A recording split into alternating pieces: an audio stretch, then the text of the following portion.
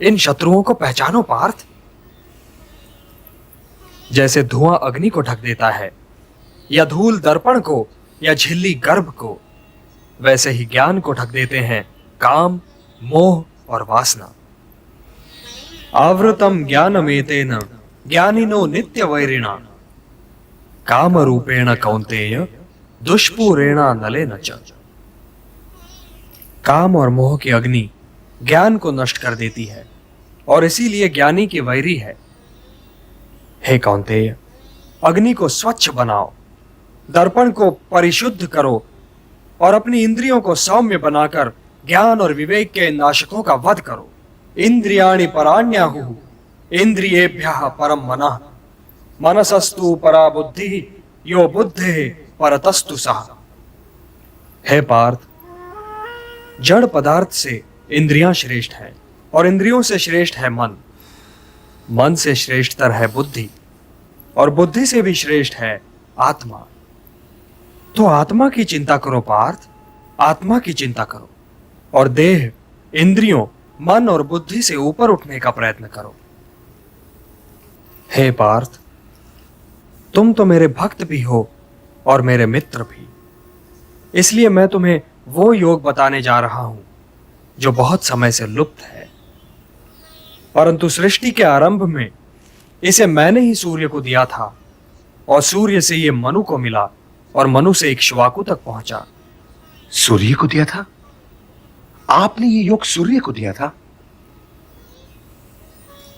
परंतु हे केशव, आपने आधुनिक काल में जन्म लिया है और सूर्य देव प्राचीन है, तो मैं ये कैसे मान लूं कि सृष्टि के आरंभ में ही आपने ये योग सूर्यदेव को दिया होगा? बोलिए केशव। बहूनि मे व्यतीतानि जन्मानि तव चार्जुन तान्यहं वेद सर्वाणि न त्वं वेत्थ परंतप। हाँ पार्थ, मेरे और तुम्हारे बहुत से जन्म हो चुके हैं। मुझे वो सारे जन्म याद हैं, परंतु तुम्हें याद नहीं है। हे परंतप, वैसे तो मैं अजन्मा हूं, अविनाशी हूं और समस्त प्राणियों का स्वामी हूं, परंतु मैं अपनी प्रकृति को अधीन करके अपनी ही योग माया से प्रकट होता रहता हूं।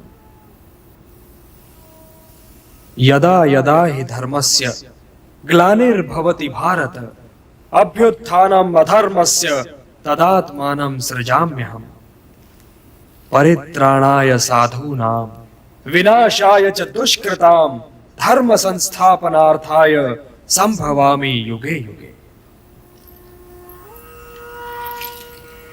हाँ पार्थ, मैं प्रकट होता हूं, मैं आता हूं। जब जब धर्म की हानि होती है तब तब मैं आता हूं, जब जब अधर्म बढ़ता है तब तब मैं आता हूं। सज्जन लोगों की रक्षा के लिए मैं आता हूं, दुष्टों का विनाश करने के लिए मैं आता हूं, धर्म की स्थापना के लिए मैं आता हूं और युग युग में जन्म लेता हूं। किंतु हे केशव, धर्म की हानि होती ही क्यों है?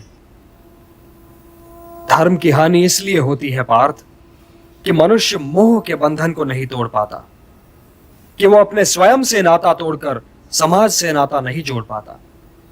हे पार्थ, यदि ऐसा न हुआ होता तो लाक्षागृह दुर्घटना न हुई होती, द्रौपदी वस्त्र हरण न हुआ होता और कौरव और पांडव सेनाएं यूं आज एक दूसरे के सामने नहीं खड़ी होती। तो क्या द्रौपदी वस्त्र हरण पर मुझे क्रोध नहीं आना चाहिए था केशव? यह निर्णय तो स्वयं तुम्हें लेना है पार्थ, किंतु द्रौपदी वस्त्र हरण केवल तुम्हारी व्यक्तिगत समस्या नहीं है पार्थ। जो समाज इंद्रप्रस्थ की पटरानी महाराज द्रुपद की पुत्री और पांडवों की पत्नी द्रौपदी के वस्त्र हरण पर चुप रह गया, वो समाज भला किसी साधारण नारी के मान सम्मान की क्या रक्षा करेगा? द्रौपदी वस्त्र हरण एक सामाजिक समस्या है पार्थ, एक सामाजिक समस्या है, और यह तुम्हारा कर्तव्य है कि तुम उन शक्तियों को नष्ट करने के लिए युद्ध करो जो किसी द्रौपदी का वस्त्र हरण कर सकती हैं। ये शक्तियां समाज की शत्रु हैं पार्थ, और जो महापुरुष इस युद्ध में उन शक्तियों के पक्ष में हैं, उनके पक्ष में युद्ध करने आए हैं, उनसे युद्ध करने में भी संकोच न करो। अपने व्यक्तिगत क्रोध और व्यक्तिगत मोह के बंधनों से मुक्त होकर लोक कल्याण के लिए युद्ध करो पार्थ, यही तुम्हारा परम कर्तव्य है। मुझे देखो पार्थ, इस समाज और उसके वर्णों को गुणों और कर्मों के आधार पर स्वयं मैंने रच तो दिया, परंतु इस समाज रचना का फल मैंने कभी नहीं चाहा। इसीलिए कर्ता होते हुए भी मैं अकर्ता हूं। और जो इस रहस्य को समझे पार्थ, वो कभी अपने कर्मों में लिप्त नहीं होगा। न माम कर्माणि लिम्पन्ति न मे कर्म फले स्पृहा इति माम यो भी जानाति कर्म भी न स बध्यते। मुझे कर्म फल की इच्छा नहीं है, जब ही तो कर्म मुझे दूषित नहीं कर पाते। तुम भी निष्काम कर्म करो पार्थ, और अपने कर्म पर अपने निहित स्वार्थ की छाया न पड़ने दो। हे भारत, कर्म, अकर्म और विकर्म के अंतर को समझो। और कर्म, अकर्म और विकर्म में क्या अंतर है केशव? कर्म तो कर्म है ही, किंतु जो कर्म कर्म फल की आशा से मुक्त होकर किया जाए वो अकर्म है, और जो कर्म व्यक्ति और समाज के हित में न हो वो विकर्म है, निषिद्ध है। सेल्फिश हो गए तो क्या? कर्म अकर्म से श्रेष्ठ है, कर्ता अकर्ता से श्रेष्ठ है। और हे पार्थ, जो अकर्ता है, जो कर्म फल की इच्छा से मुक्त है, वही ज्ञानी है, वही बुद्धिमान है और वही कर्मयोगी है। उसके लिए उसका कर्म ही कर्म फल भी है, और इसीलिए वो एक कर्म के पालन के उपरांत कर्म फल की प्रतीक्षा में नहीं ठहरता, बल्कि दूसरे कर्म की ओर बढ़ जाता है। उसके ज्ञान की अग्नि मोह, क्रोध, द्वेष, आकांक्षा, लाभ, हानि, सुख और दुख के मैल को जलाकर उसके कर्म को शुद्ध कर देती है, और उसका कर्म अकर्म बन जाता है, और वो कर्ता से अकर्ता। और ये अकर्ता, ये ज्ञानी जीवन के आवश्यक साधन जुटाने के अतिरिक्त अपने लिए और कुछ नहीं करता। उसके शेष कर्म समाज कल्याण के लिए होते हैं। यह मनुष्य कर्म करते हुए भी पाप से दूषित नहीं होता। कितना कुछ उसका जीवन तो स्वयं ही समाज के लिए कल्याणकारी हो जाता है। हे निष्पाप अर्जुन, ऐसे ही व्यक्ति का जीवन यज्ञ है। तुम भी अपने जीवन को यज्ञ बना लो, और उसके हवन कुंड में अपने कर्म फल की इच्छा, मोह और क्रोध को आहुतियों की भांति जला डालो। और यज्ञ क्या है केशव? अलग अलग लोग यज्ञ की परिभाषा भी अलग अलग करते हैं पार्थ। कुछ लोगों के लिए यज्ञ ब्रह्म का स्वरूप है, उनके लिए सब कुछ ब्रह्म है। कुछ लोग देवताओं को प्रसन्न करने के लिए यज्ञ करते हैं, तो उनके लिए पूजा ही यज्ञ है। कुछ साधक आत्मा को परमात्मा से मिलाने की साधना को यज्ञ कहते हैं। इन्हीं यज्ञों की भांति इनमें दी जाने वाली आहुतियां भी अलग अलग प्रकार की हैं। कोई धन की आहुति देता है तो कोई कर्म की, डोनेट करके। किंतु वास्तव में यज्ञ 4 प्रकार के हैं। पहला द्रव्य यज्ञ है। इसमें अर्जित द्रव्य और धन को समाज कल्याण के कार्यों में लगाया जाता है, डोनेशन। अर्थात ये लोक सेवा यज्ञ है। दूसरा तपो यज्ञ है। जब कोई अपने कर्म को अपनी तपस्या बना लेता है तो उसका जीवन तपो यज्ञ बन जाता है। हे पार्थ, अपने धर्म का पालन भी यज्ञ है, किंतु ये धर्म सांप्रदायिक नहीं, सनातन है। यह व्यक्ति और समाज दोनों ही के लिए कल्याणकारी है। तीसरा यज्ञ योग यज्ञ है। इसमें अष्टांग योग की साधना की जाती है, और इसमें लोग ध्यान और समाधि का मार्ग अवलंब करते हैं। प्राणों का प्राणों में हवन किया जाता है। चौथा यज्ञ है ज्ञान यज्ञ।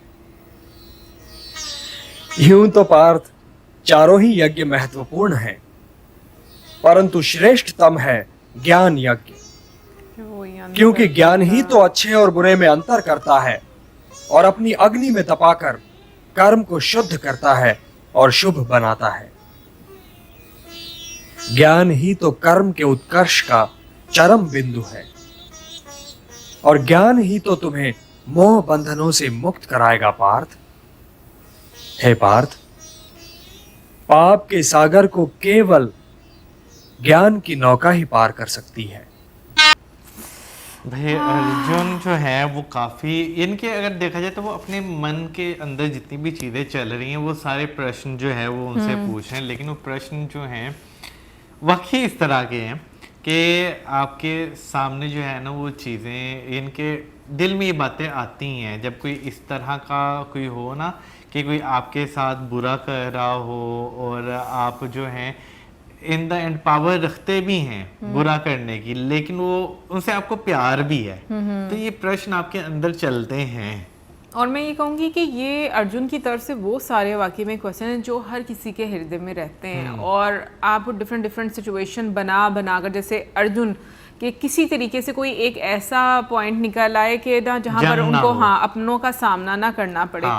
पर जहाँ तक मैं पूरा हम लोगों ने एपिसोड देखा और मैं समझ पाई हूँ ये कि अपने आप को लिबरेट करो, मतलब अपनी आत्मा को लिबरेट करो, अपने कर्म करो और निष्काम कर्म करो, जिसमें क्योंकि हम लोगों को बिल्कुल अगर अपनी बात करूं मैं, हम लोग वाकई में लालची लोग होते हैं, हम उतने कॉन्शियस नहीं है। अर्जुन इतने कॉन्शियस है, उसके बावजूद उनके दिमाग में इतने सारे क्वेश्चंस आ रहे हैं और वो पूछ रहे हैं सब वही क्वेश्चन जो एक आम इंसान के दिमाग में आते हैं, क्योंकि जैसे मौज़म ने बोला कि इससे पहले भी तो उन्होंने जंगें की होंगी, लेकिन वो जंगें दूसरे लोगों के साथ ही, ये जंग इसीलिए इसका महत्व इस तरह है कि अगर आपका अपना कोई सामने खड़ा हो जाए, इससे ज़्यादा मुश्किल स्थिति कोई नहीं हो सकती। तो जब आप अपने खून को, आपका मतलब जो कोई गलत काम कर रहा है उसका सामना करना पड़े, उसको काउंटर करना पड़े, तो ऐसी स्थिति में क्या करना चाहिए, क्योंकि बाकी सबके लिए ना हमारी पॉलिसीज, हमारा दिमाग, हमारा मन जाता है, वो शांत भी रहता है और हमें समझ भी आ रही होती है। बट आई थिंक ये एक ऐसी सिचुएशन दिखाई गई है ना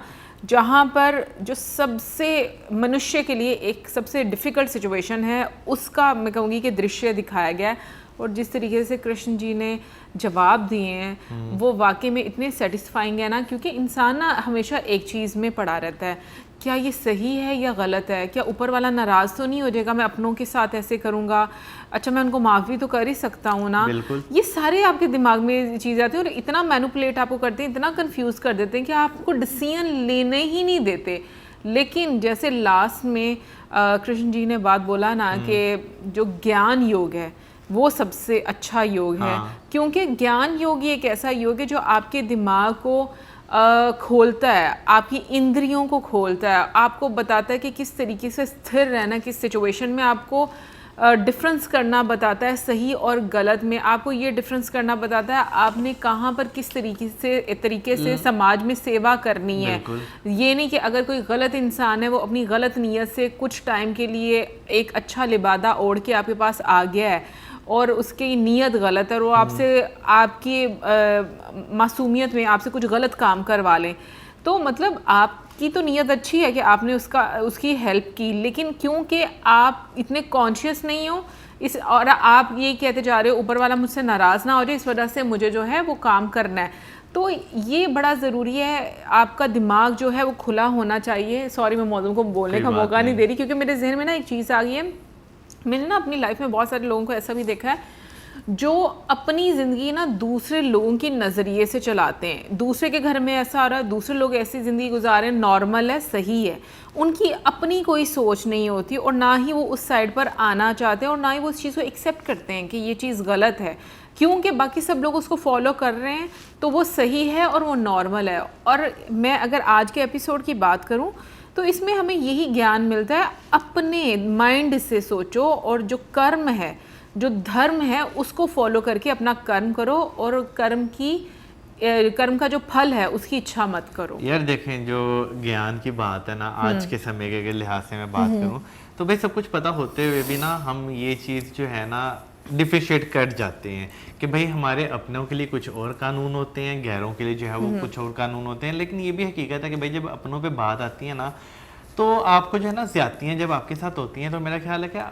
दूसरों को इस चीज़ का भी जो है वो होना चाहिए कि हाँ भाई अगले के साथ हम ज़्यादती कर रहे हैं। क्योंकि अभी जैसे यहाँ पर हम देखें धृतराष्ट्र की बात करें, जहाँ पे उनके हृदय की बात हुई पहले, वहां पर जो है बड़े खुश थे, बड़े प्रसन्न थे कि भाई अर्जुन ने बहुत अच्छी बात की है। लेकिन ऑन दी अदर साइड जब कृष्ण जी ने उनसे जो है वो ज्ञान की, धर्म की, हर चीज़ की बात की, तो क्रोधित हो गए, हर बात पे जो है वो उन्हें गुस्सा जो है कि मेरे खिलाफ जो है षड्यंत्र कर रहा है। लेकिन समटाइम्स कहते हैं ना कि भाई जो बंदे कुछ ज्ञानी होते हैं ना, उन्हें पता चल जाता है, उन्हें बेशक डायरेक्ट पता ना चले लेकिन इनडायरेक्ट उन्हें इस चीज़ का नॉलेज होना शुरू हो जाता है कि हाँ भाई अगला बंदा जो है ना वो भी साधारण इंसान नहीं है।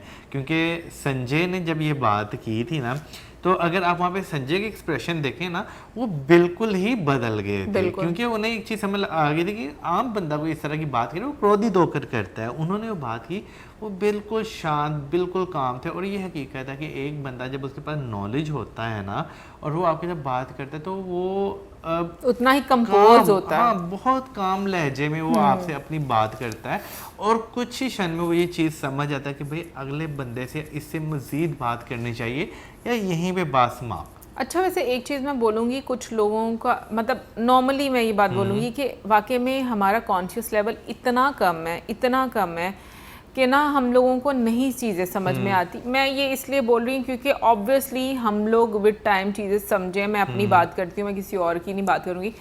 बट आप जब चीज़ों को अंडरस्टैंड करना शुरू होते हो ना, तो ऊपर वाला भी आपको बहुत फिर गाइड करता है और वो आपको चीज़ें समझाता है और आपके नज़रियात जो है वो बदलना शुरू हो जाते हैं।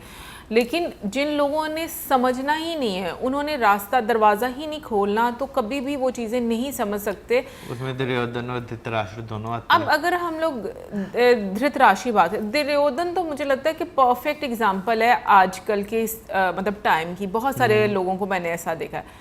अगर मैं धृतराष्ट्र की बात करूँ ना, धृतराष्ट्र को पता भी है कि वो गलत कर रहे हैं, वो झूठ भी बोल रहे हैं, ऐसे लोग भी मैंने देखे हैं, लेकिन उन्होंने साइड गलत की लेनी है क्योंकि मोह जो एक है, पुत्र मोह है या मटेरियल आप कह लो कि आपको अपनी कुर्सी का मोह है, कि लाइक पावर का मोह है, वो बहुत ज़्यादा है। आप जब, जैसे कृष्ण जी ने बोला ना कि जब आप निष्काम कर्म करोगे और उसमें आप सेल्फिश नहीं रहोगे तो वो कर्म सबसे बेहतर होता है। सो ओवरऑल मैं कहूँगी इतनी खूबसूरत बातें की गई। ऑब्वियसली हम लोग बहुत सारी बातें जो हैं वो जो कृष्ण जी ने बताई वो हम लोगों ने डिस्कस नहीं की, बट जो एक क्रक्स समझ में आया उसमें मोटी मोटी बातें यही है कि भाई कहते हैं ना, मेहनत करो, अपनी कंसिस्टेंट होकर अपनी लाइफ पे अपने लक्ष्य की तरफ बढ़ते रहो और जब आपका सही टाइम आता है ऊपर वाला आपको टेस्ट करने के बाद बिल्कुल आपको रिवार्ड देता ही देता है। सो ओवरऑल भाई मैं कहूँगी कि हम सबको ये मैं कहूँगी कि हमारे ऊपर ब्लेसिंग हो कि हम लोग कॉन्शियस रहें, हम लोग चीज़ों को समझ सकें, क्योंकि ये हकीकत है जो नेगेटिव आदमी होता है ना वो कभी सुकून में नहीं होता और उनको कुछ भी आप दे दो लाइफ में, कोई भी सहूलत दे दो, उनकी कंप्लेंट्स रहेंगी और वो उनकी ना लाइफ, आप उनकी प्रेजेंस ही देख लोगे ना तो उनको लगेगा कि हाँ कि ये बंदा ना सुकून में नहीं है। सो कमेंट सेक्शन में आप जरूर बताइए कि आपका क्या है इसके बारे में। मिलेंगे नेक्स्ट वीडियो में। सब्सक्राइब करना मत भूलना।